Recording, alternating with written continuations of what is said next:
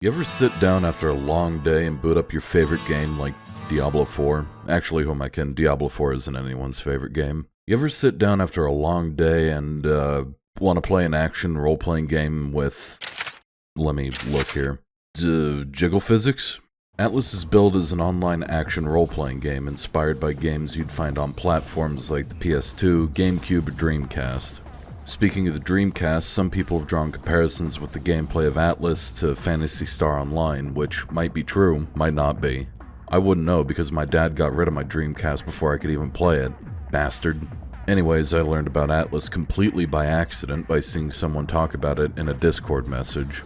Me being the nosy neighbor I am, I commented that it looked pretty cool, and I should try it out, to which I was told that I'm, quote, too normal to play it.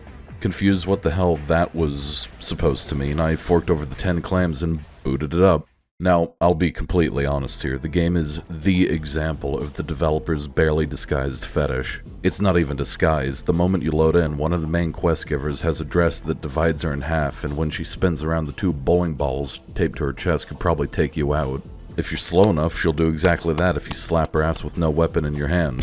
Even during character creation, younger John had a lot of insightful commentary into the proportions characters can have. They bend over when you fucking change their ass. Thank you, younger John. Speaking of, while the character creation is pretty bare bones at first glance, it actually has a little bit of depth to it. You have all the standard options of male, female, big jugs or backbreaker 9000s, cake or the whole bakery, and species. And species is actually kind of important, and kind of not. Each species has their own special ability that can influence your beginning playstyle, and I think that's kind of cool. It's even better that these abilities aren't unique and you could actually get them as you play the game, so you don't have to make a choice between racial bonuses and how you want your character to look, at least once you get deeper into the game. Also pretty cool. I've played Atlyss at the time of review for about 20 hours, and in those 20 hours, there's a few different zones, and these zones are pretty much ways to change up the gameplay loop of go in and kill 10 things. You start with dealing with a few mobs in overworld zones, followed by going into instance dungeons to kill more things and complete an objective. Spoiler, the objective is usually more killing. There's a few extra ways to do that by using all the different weapons available. All of them have unique movesets and abilities, and having the ability to block, parry, and dash evade to manage how you interact with enemies, wanting to hose you down with... Well, let me see here, what does the script say? Slime being shot from their breasts. Progression is pretty straightforward. You hit level 10 and can decide to be a warrior, bandit, or mystic. You can figure out which does what. I believe you got a brain rattling between those two big ears of yours. These classes are done well in Atlyss not because they're a level up, but they also afford the opportunity to unlock class-specific skills. And since the hotbar has limited space, it forces the player to choose what exactly they want to try to play as, kinda like giving the player more choice by restricting what they can take. For example, I took a bunch of aggro generation and tanking abilities while my buddy took a bunch of damage dealing abilities, despite both of us being warriors.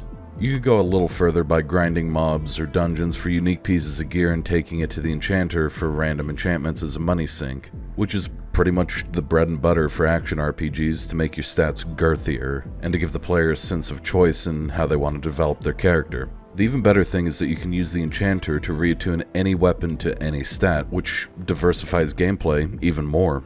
What I'm saying is the enchanter contributes to half of the gameplay. You can even flirt with her, but I wouldn't do that if I were you because she's mine already. Back off, buddy. All of this kind of complicates how I feel about Atlyss, however. I don't know exactly what the developers of Atlyss aim to make the game apart from having what I just described, except for adding 3 additional zones. Don't get me wrong, that's good, especially with the price point being 10 yams at the time of the review and the promise that it will always only be 10 yams. But let's call it what it is. Atlyss plays very similar to other ARPG loot and scoot games like Diablo and Path of Exile, with a heavy focus on making multiple characters, getting big loot, and blowing away shitloads of enemies. Map design hasn't really been a selling point of ARPGs last time I checked, because most maps in other games are just some random dark-ass hole in the ground. So the question is, what comes next?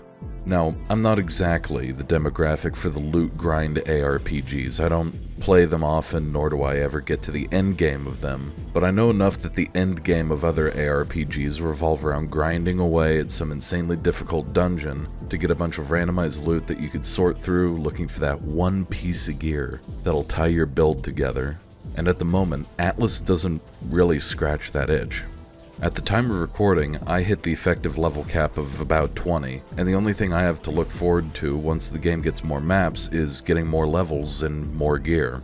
It feels like I've kind of done everything that I can. The game feels like an introduction to what an ARPG is, kind of like the first hit of a drug Dare warned you about.